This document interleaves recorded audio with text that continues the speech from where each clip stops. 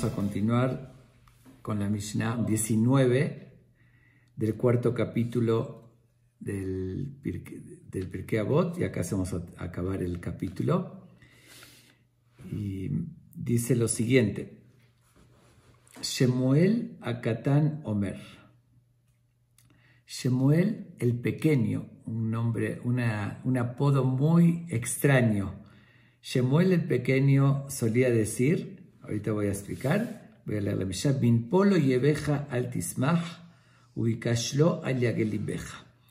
Dice, cuando caiga tu enemigo, no te regocijes, no te alegres, y cuando tropiece, que no se alegre tu corazón. Pen iré Hashem verá be'enav veshume alabapo.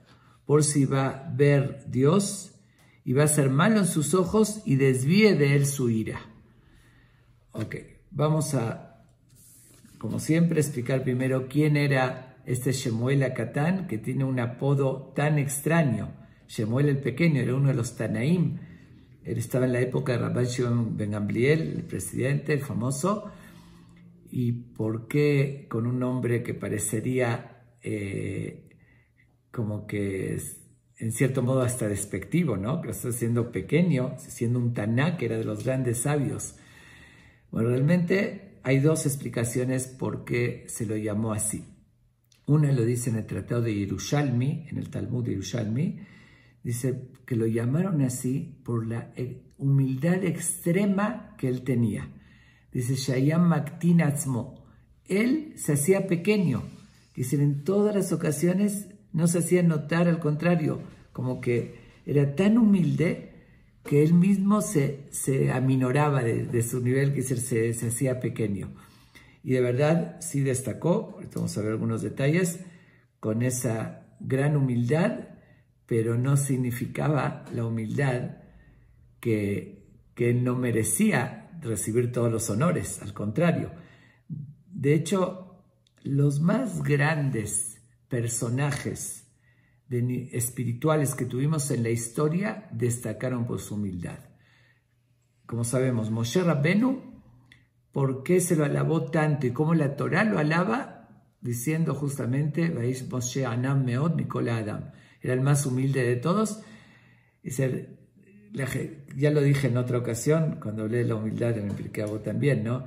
Que en la sociedad se toma como un concepto negativo, diciendo, hoy no es importante, no se hace notar, él no puede ser un líder. Y al contrario, la Torá enfatiza que el nivel y la grandeza más notoria de un ser humano, o el nivel, es justamente la humildad. El rey David también destacó por su humildad. Y todos los Jamim, cuando mencionamos aquí de los grandes, como Hillel, que también destacó por su humildad, Rabbi Meir, Rabbi Yehuda Nasi, que eran los más grandes y eran los que más destacaron por la humildad. Entonces, eso que se aminoraba no le quitaba de su grandeza, al contrario, eso lo enriquecía. Incluso el Talmud también en Sanedrín, en el Sanedrín 10, ahí mismo que habla de él, comenta, en Sanedrín, página 11, dice que estaban reunidos los Jamim en una aliyá en Yavne, en un lugar, en el piso alto, así se llama aliyá, y de repente oyeron un eco celestial que dijo así, dice, hay aquí quien merece que la santidad, que pose la santidad de él, que dice que sea profeta, solamente que la generación no es digna de que ahorita tenga un profeta. Fueron en otras generaciones, en la época de la destrucción del templo, el nivel espiritual del pueblo de Israel dejaba mucho que desear y por eso ya no hubo más profetas. Pero justamente, todos supieron, fue evidente que esa voz se refirió a Shemuel Akatán. Y por eso es la otra explicación. ¿Por qué se llamó Shemuel Akatán? Dice, porque Shemuel el pequeño, como tuvimos el gran profeta Shmuel, que él sí fue profeta, habló con Dios, ya estaba en la época del Talmud, de la Mishnah, no habían profetas. Entonces se lo llamó como para diferenciarlo. Está Shemuel el grande, el profeta, que está en los libros del Tanaj, y Shemuel más pequeño que él. Pero merecer el título más pequeño que él, significa que casi era como él. Y como salió ese eco celestial que dijo que efectivamente él mereciera ser profeta, solamente que la generación no lo merecía. Entonces tenemos dos explicaciones por qué se llama Shemuel HaKatan. O por lo que él se hacía pequeño, o porque era un poco más pequeño que el otro Shemuel, que eso habla obviamente de su grandeza. Ahora, justamente también en Sanedrín, ahora sí en la página 10, menciona una historia que Rabban Gamliel, que era el presidente, convocó también en la Aliyá, que así lo llamaban, en como que un lugar donde se reunían desconectados de todos los demás, para que nadie los moleste, para tratar de algo muy importante. Se reunían como que en una, ¿cómo llamarlo? Aliyá, un lugar, un piso de arriba, ¿no? Separado de los demás, subían unas escaleras y ahí tenían un cuarto que se reunían. Rabban Gamliel convocó para una decisión muy importante que era Eibur Hashanah. Significa Eibur Hashanah, como nosotros sabemos, tenemos nosotros en el calendario hebreo años de 12 meses y años de 13 meses. Cada 2 o 3 años se le agrega un mes. Hoy ya tenemos todo calendarizado, ya sabemos exactamente por muchos años cuándo toca y ya se estableció. Pero en ese entonces lo decidían ese mismo año y era una decisión muy importante, según el cálculo, porque ya lo expliqué también en alguna ocasión, que nosotros en el mundo las fechas rigen, o que los 365 días del año, y las fechas rigen según el ciclo solar, calendario solar. Los musulmanes tienen un ejemplo, el calendario lunar, que todos rigen según la luna. Y nosotros tenemos una combinación. Los meses son según el calendario lunar y los años según el calendario solar. Pero como no coincide, ya que en el calendario lunar, el mes lunar tiene 29 días y medio, entonces es más corto que los 365 días del año solar. Entonces, por eso cada tanto se agrega un mes para ajustar el solar con el lunar. Entonces, para tomar esas decisiones, convocaba Rabban Gamliel a 7 sabios, que está indicado tenían que ser nada más convocados para eso. Que los que eran más indicados, los más sabios, entonces se los tenía que llamar especial, iban a una aliyá, un lugar especial, un cuarto, se reunían, discutían, analizaban hasta que tomaban la decisión. Ok, llega Rabban Gamliel, después de haber convocado a 7 sabios, y cuenta, y hay 8. En vez de 7 son 8. Uno de ellos se coló, uno de ellos no estaba convocado, y la indicación era que sean los convocados solamente. Entonces se molesta Rabban Gamliel, dice, ¿quiénes de los que están presentes no fue invitado, no fue convocado? Inmediatamente responde Shemuel HaKatan, este gran Ham, dice, yo fui. La verdad vine porque quería aprender una halajá, quería aprender cómo se llevaba a cabo, pero yo no fui convocado. Le dice Rabban Gamliel que lo quería mucho, porque la sabiduría y la santidad que tenía era algo especial. Le dice, siéntate tú. Dice que tú te convocaría para todas las ocasiones que tengo que agregar un mes o para todo. Si tengo que contar nada más con 2, tú vas a estar entre esos 2. Eres de los primeros. Realmente, Shemuel HaKatan dijo así, él sí fue convocado, pero se dio cuenta que alguien se iba a avergonzar. Ponerlo en evidencia que alguien entró de más. Entonces inmediatamente brincó y dijo, yo fui, no le importaba a él su honor, que se podía enojar con él, pero con tal de que no se avergüence el otro. Vemos también parte de la humildad que él tenía. En esa época, fue la época que ya mencioné, justamente acabamos de hablar de la historia de Rabbi Shimon ben Elazar, de Rabbi Yaakov, Si recuerdan, hace 2 días, 2 Mishnayot, que dijimos que unos los llamaban minim. Era cuando empezó a separarse algunos judíos, formar otra religión y tener otras ideas, renegaron en la Torá y demás, que acusaban mucho con los romanos a los Jamim y a los que seguían la tradición correcta del pueblo de Israel, y era algo que cada ratito tenían un sufrimiento muy grande de ellos. Nosotros tenemos en la Amidá, lo que llamamos la Amidá originalmente, el rezo que decimos en la mañana, en la noche, en la tarde, en la noche, Shemona Esre, que es la Amidá, lo que decimos parados, que es en sí la tefilá, nosotros le llamamos Shemona Esre, son 18, porque tiene 18 bendiciones. Y esas bendiciones las establecieron el Anshe Knesset Agdolá, el gran parlamento, que se lo hicieron grandes sabios, que eso lo hicieron con una profundidad, es un análisis, porque tienen una estructura, tienen un sentido, y realmente si lo analizamos ese sentido vamos a darnos cuenta que increíblemente está eso estructurado. Sin embargo, en esa época vieron la necesidad de agregar un rezo muy particular, que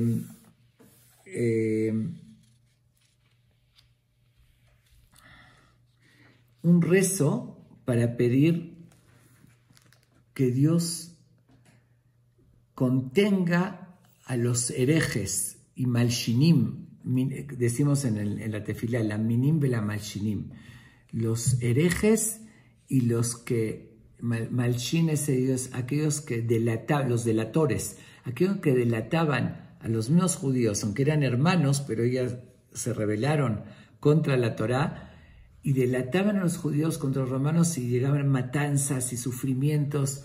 Entonces, y no hay algo peor que un hermano delate al otro y que provoque que le hagan daño a la otra persona que se delataron. En ese entonces con los enemigos, con los romanos que eran las autoridades. Entonces Rabban Gamliel vio la necesidad de hacer un rezo especial, un texto especial, pidiéndole a Dios que Dios nos proteja de ellos y que los cancele de este mundo. Alte itikwa, que no tengan esperanzas. Pero pensó, ¿quién estaba en nivel para componer un rezo tan importante? Ya no estaba ese gran parlamento que hicieron los rezos, que tenían un nivel elevadísimo. Entonces no había, dice, ¿qué ajam va a poder como que llegar al nivel de ellos y él componerlo? Dice, al final, ¿quién lo hizo? Ese Shemuel HaKatan. ¿Por qué justamente lo nombraron a él o lo escogieron? De hecho, por las 2 razones que dijimos antes de su nombre, de Shemuel HaKatan. Una razón, porque el nivel que tenía, que como dijimos, que podía ser profeta, que era un poquito menos que Shemuel, que el otro profeta, entonces era el más indicado para hacer una función que hicieron Anshe Knesset Agdolá, ese gran parlamento. Y la otra razón es que con la humildad que tenía y justamente por la enseñanza que nos transmite en esta Mishnah, demostrando, dice, Bin polo yeveja al tismach. Si cae tu enemigo, que uno está esperando eso que sucede, no te alegres, no te regocijes, no lo disfrutes, no lo festejes. Entonces sabían que él tenía esa visión y esa humildad, que si iba a componer ese rezo, pidiéndole a Dios que quite a los delatores, a los herejes, lo iba a hacer de forma auténtica, por el bien del pueblo de Israel, no por odio, porque al contrario, él tenía esa visión de humildad y de tolerancia que incluso con el enemigo, y lo transmitía muchísimo, de no alegrarse cuando cae el enemigo, menos que se va a componer un rezo con odio, diciendo que sean exterminados. Entonces era el más indicado para hacerlo de forma auténtica, por proteger al pueblo de Israel, pidiéndole a Dios de corazón. Por eso lo nombraron a él, y él es el autor de esta verajá que decimos todos los días, la minim vera mashinim altitikua, bejol beja bimerai karetu. Le pedimos a Dios que los que odian a Dios, que sean exterminados. Dice, ese rezo que le decimos todos los días lo compuso Shemuel HaKatan, y vemos también la grandeza y el lugar que él tenía y el reconocimiento que tenía. Incluso cuando él murió, que lamentablemente no tuvo hijos, fue algo muy fuerte para todos, que hasta más le pusieron en el panteón como la llave, era una forma que uno se la dejaba a sus hijos, y dijo la falta que hizo al mundo, pero antes de fallecer cumplió literalmente de ser profeta. Él, cuando estaba en el lecho de su muerte, se reunió a los Jamim a despedirlo y empezó a decir, profetizó cosas fuertes que iban a suceder, porque era la época de la destrucción del templo y de los decretos de los romanos. Él justamente mencionó a los Jamim, quienes los iban a matar los romanos, a Sarad, Rugem, Arjud, los 10 condenados que hablamos de ellos, que los torturaron, y dijo muchas cosas fuertes que iban a suceder, y se cumplió tal cual lo profetizó. Entonces realmente ese eco que dijo que era digno de ser profeta, se cumplió porque realmente profetizó. Ok, bueno, vamos ahorita así a estudiar la enseñanza que él nos transmite. Dice así, Bin polo yebeja al tismach, lo que mencionamos hace un momento. Es un poquito extraño, es la única Mishnah que lo dice Shemuel HaKatan Omer. Shemuel HaKatan dice, pero realmente él citó una frase que dijo Rey Salomón. Todo el texto que menciona no dijo nada a él. Dijo, todo esto, Bin polo yebeja al tismach, ubico ashlo al yagili beja, cuando caiga tu enemigo no te alegres y no se regocije tu corazón. Peniré Hashem verá beena, por si va a ver Dios y le va a parecer mal, ve'eshiv me'alav po, y quitará su furia de él. Eso está textualmente y literalmente en Proverbios 24. Capítulo 24 lo dijo Rey Salomón, y es algo como que muy extraño. Es la única Mishnah que no nos enseña a él de su cosecha, por decirlo así, esta frase, sino la cita de lo que dijo el Rey Salomón, porque dice la referencia que está en Mishle, en Proverbios 24. Entonces explican los comentaristas de que una razón es que él le dio tanta importancia, como dijimos, con la humildad, con la sensibilidad que él tenía, que entonces él hacía tanto énfasis y lo repetía tanto, entonces lo consideró como si él lo dijo, como él lo decía siempre. Por eso aquí lo menciona el Tanaj, Shemuel HaKatan Omer. Shemuel HaKatan solía decir esta frase que dijo el Rey Salomón, pero como que hacía mucho énfasis en eso, como lo tenía muy presente, porque veía que era algo muy cotidiano. Y justamente volvamos a la época de la destrucción del templo, que ahorita estamos también casi en vísperas de Tisha B'Av, de 9 de Av, que recordamos la destrucción del templo, y como sabemos que las principales razones por la cual se destruyó, que Dios permitió, fue por el odio gratuito. Entonces había mucha enemistad. Entonces era muy común que una persona que veía a alguien que le tenía odio y que había división, que cuando tenía algún problema o se enfermaba, barbinaba, o se moría o tropezaba en algo, en algún negocio, el otro lo aplaudía, ¿no? Entonces él lo tenía como que era algo muy presente, por eso lo dice como si que él decía este pasú de Rey Salomón. Creo que también se puede, después de la humildad que hablamos que él tenía, tal vez él, por su humildad, no quiso decir algo de él, de su cosecha. Dijo, al contrario, se sintió que, voy a citar, si ya dijo el Rey Salomón esta enseñanza tan sabia, ¿por qué yo voy a decir algo mío? Mejor cito lo que él dijo. Eso también demostró la gran humildad que él tenía. Okay. Eso referente por qué trajo el texto. Pero como ya lo mencioné varias veces, en lo que se puede siempre trato de relacionar con la Mishnah pasada, porque Rabbi Yehuda así que las ordenó, lo hizo con alguna lógica, ¿por qué puso una detrás de otra? Y creo que aquí hay una relación muy evidente con la Mishnah anterior. ¿Qué fue lo último que dijimos ayer en la Mishnah 18 de este capítulo 4? Dijimos que la persona tenga sensibilidad, dijimos no tratar de calmarlo cuando está enojado, no consolarlo cuando tiene ahí tendido su muerto, no pedir que cancele sus promesas en el momento que las hizo. Y lo último que dijo, no lo veas, no lo pongas en evidencia cuando uno cometió un error. Que si estás viendo que está cometiendo un error, aléjate de ahí para que no se avergüence.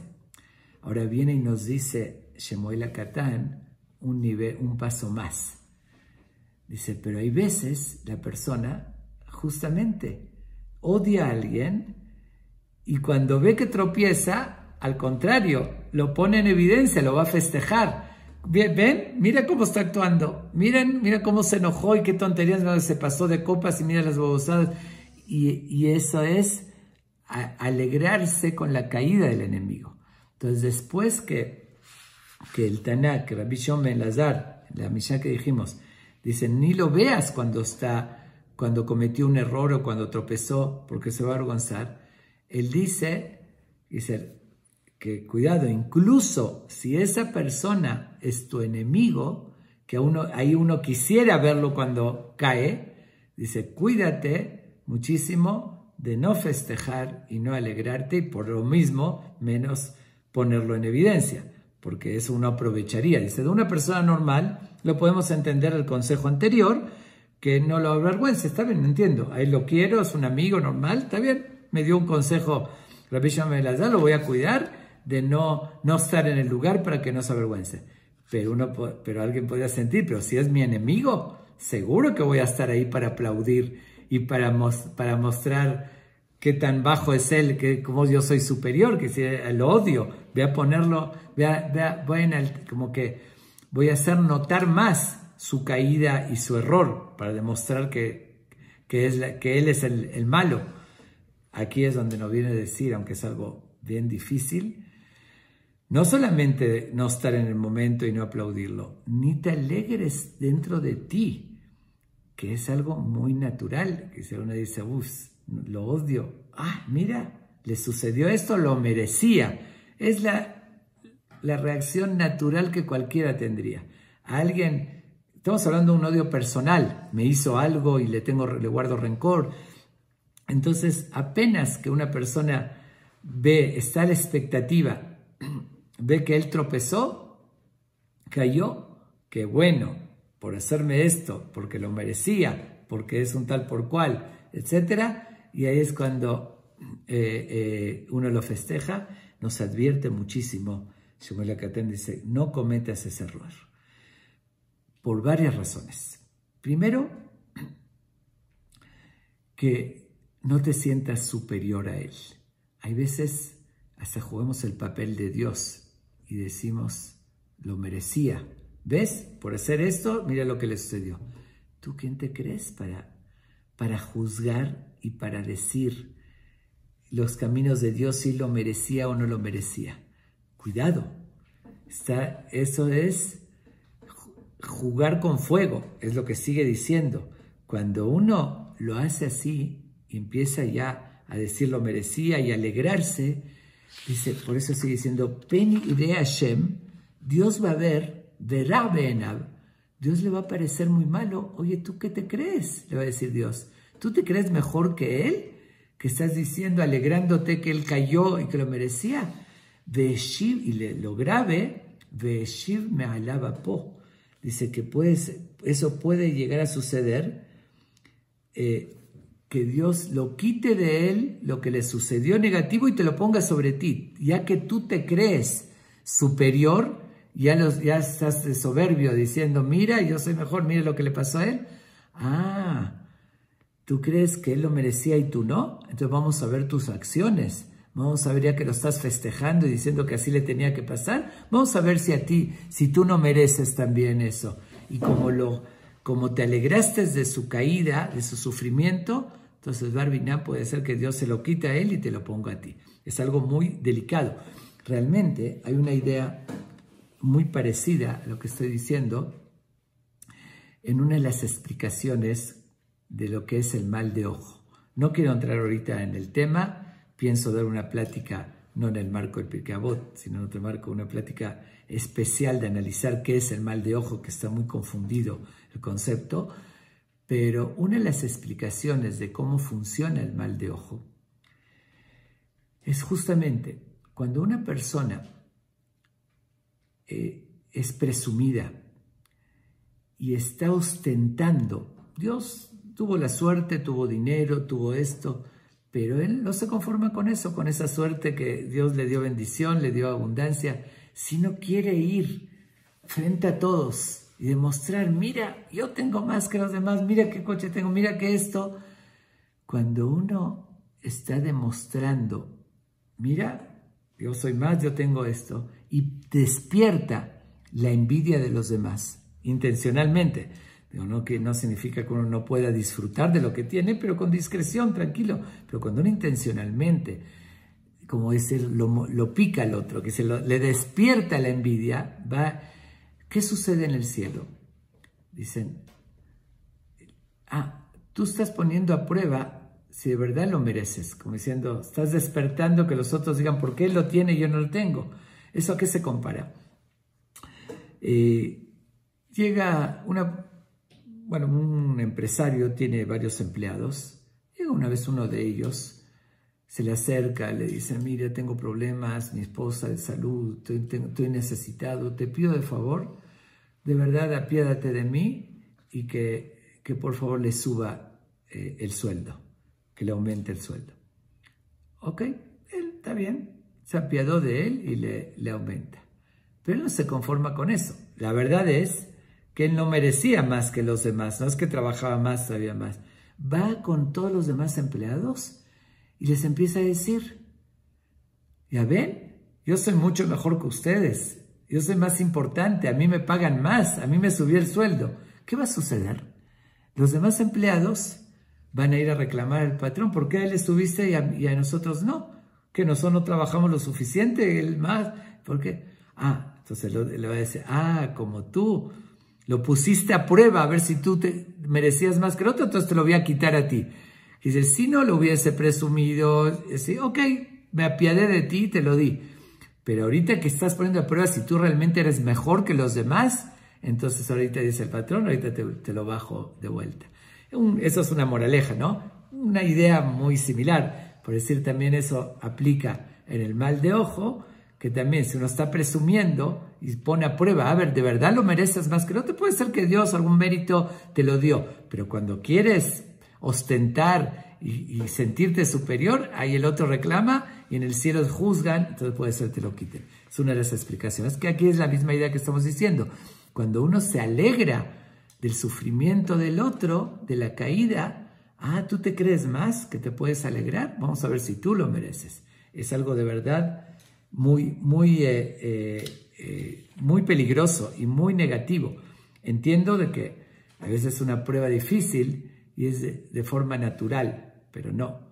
Uno tiene que preocuparse, ok, si el otro me hizo daño, preocuparse de uno, que Dios me proteja, que quiero salir adelante, pero no meterse en los caminos de Dios y decir lo merecía y alegrarse y festejarlo, porque eso es una acción muy negativa, además es un golpe bajo, de verdad muy feo. Quise decir, el otro está sufriendo y lo vas a festejar, lo ves sufrir, tienes que apiadarte de él. La Torá nos enseña todo lo contrario. Dice,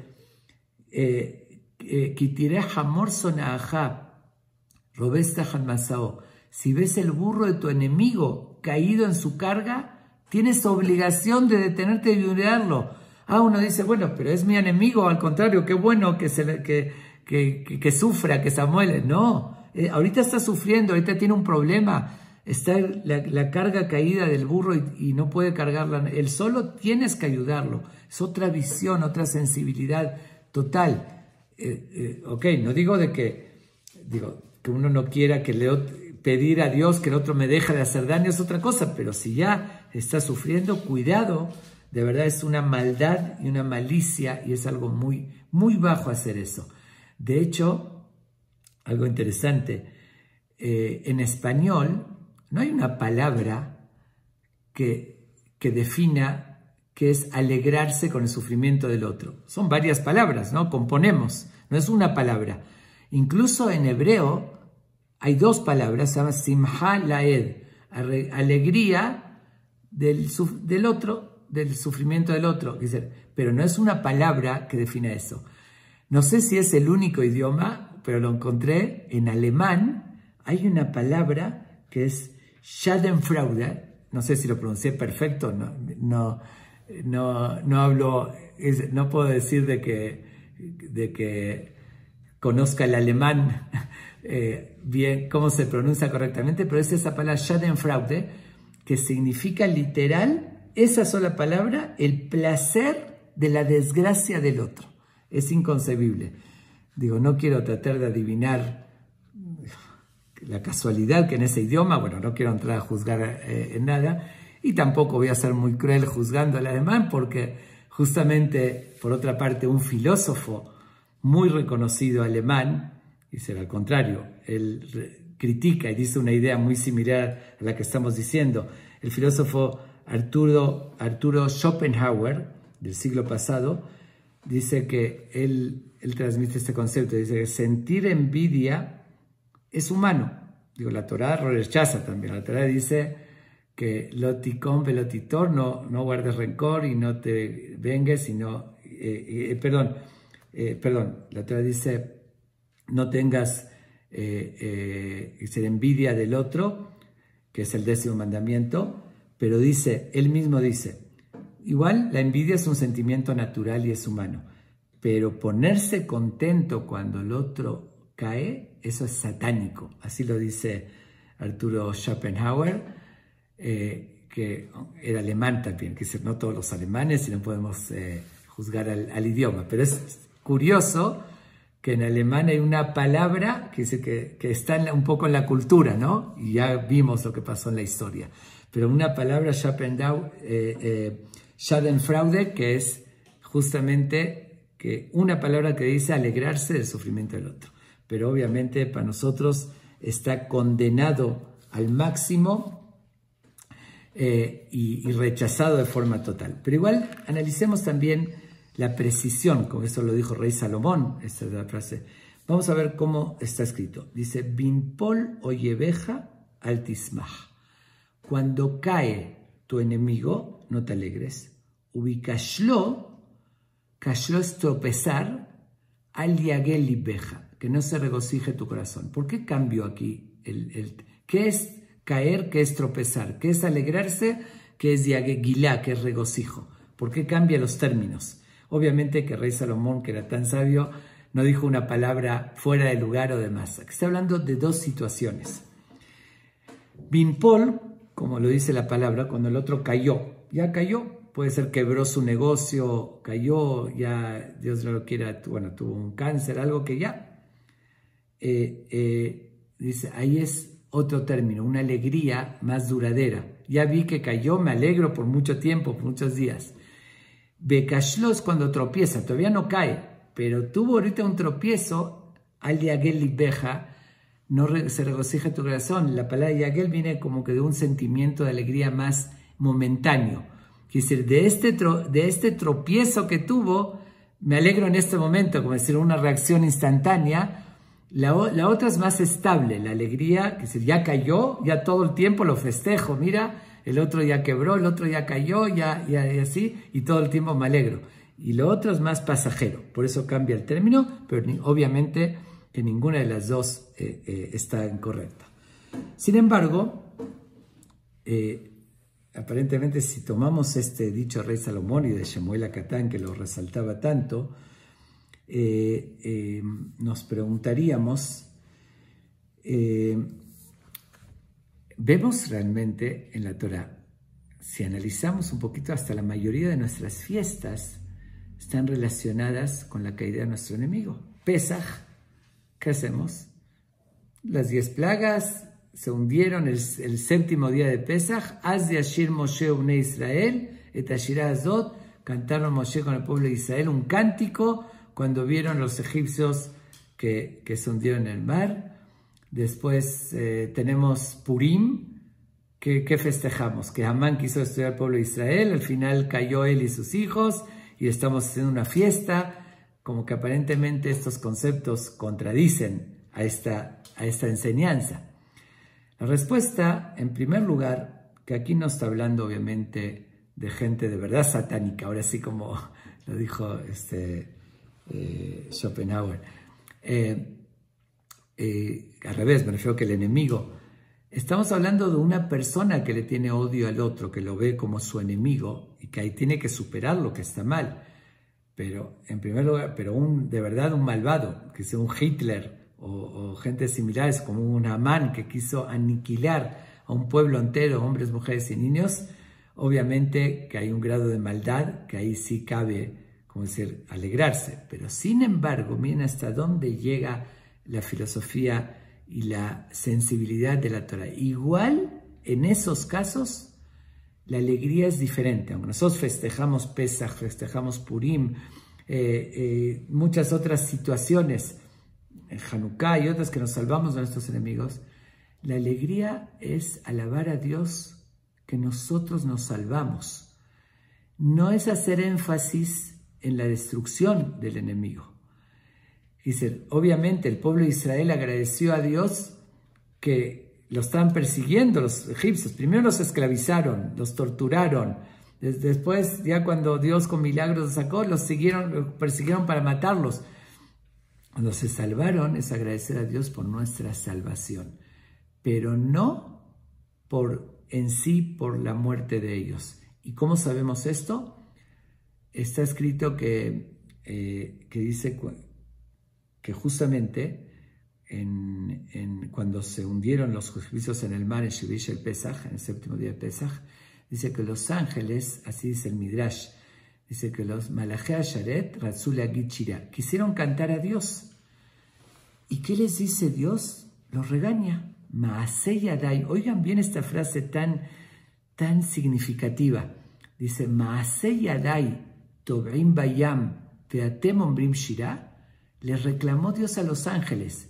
Dice, mis criaturas se están hundiendo en el mar, quiere decir, están muriendo. ¿Y ustedes quieren cantar y alabar? Oigan bien cómo se está diciendo Dios. Son mis criaturas, son seres humanos que se están muriendo. Pero aquí cabe una pregunta muy lógica. Sin embargo, el pueblo de Israel dice, Az yashir Moshe ubnei Israel et ashirah azot. Todos los días decimos en Vayosha, una parte del rezo, el cántico que alabó Moshe y el pueblo de Israel, dice que en ese momento llegaron como un nivel de profecía. Todos al unísono les salió de la boca las mismas palabras, fueron profetas y fue algo muy elevado que alabaron a Dios. Entonces, ¿por qué al pueblo de Israel los eleva como profecía, que fue un momento muy especial? Y a los ángeles, que también quieren hacer lo mismo, alabar a Dios, los cae a Dios y les dice, ¿cómo van a cantar si mis criaturas se están ahogando? La respuesta es que el pueblo de Israel están alabando a Dios porque ellos se salvaron. A ellos lo estaban por matar y valía totalmente la alabanza, estaba en su lugar, porque ellos fueron los que se salvaron y están agradeciendo y alabando a Dios. Pero los ángeles no se salvaron. Entonces los ángeles están alabando nada más porque se hundieron. Entonces ahí sí Dios les dijo. Pero incluso hasta ese grado, aunque fueron malvados, torturaron al pueblo de Israel sin ninguna razón, lo esclavizaron, igual no hay que alegrarse de que ellos murieron. Se tienen que alegrar que ellos se salvaron. A ese grado. Y esa es la razón. Es interesante. Nosotros en Sukkot, que es una fiesta diferente, todos los días decimos el Alel con Berajá, el Alel completo, todos los días de Sukkot. En Pesach no. El primer día, o fuera de Israel, los 2 días primeros, que es Yom Tov, decimos el Alel completo. Y la segunda parte de Pesach, de ahí en adelante, que dice Shevish, el Pesach, el segundo Yom Tov y los días de Jamón, lo decimos incompleto, sin la Berajá, que es el más corto. La pregunta es ¿por qué? Es una fiesta. Shavuot también lo decimos completo. en Sukkot, en Hanukkah también completo. ¿Por qué en Pesach la segunda parte no decimos completo? Interesantísima la respuesta, porque de alguna manera implica, la segunda parte fue cuando se hundieron en el mar, cuando murieron. Entonces hay que alabar a Dios porque nos salvamos, pero no se agrega demasiado porque hay un sufrimiento también que criaturas de Dios, es decir, seres humanos, murieron. Entonces la alegría no es completa. Esa es la razón por la cual decimos el Halel incompleto en la segunda parte de Pesach.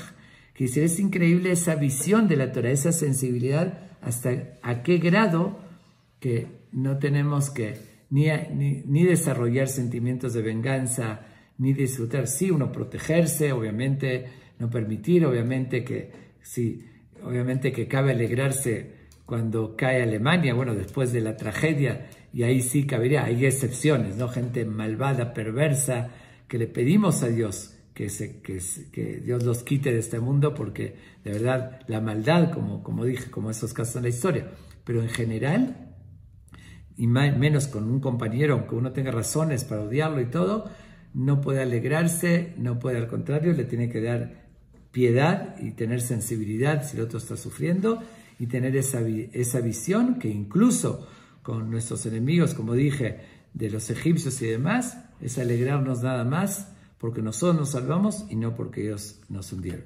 Son valores que de verdad son únicos. No creo que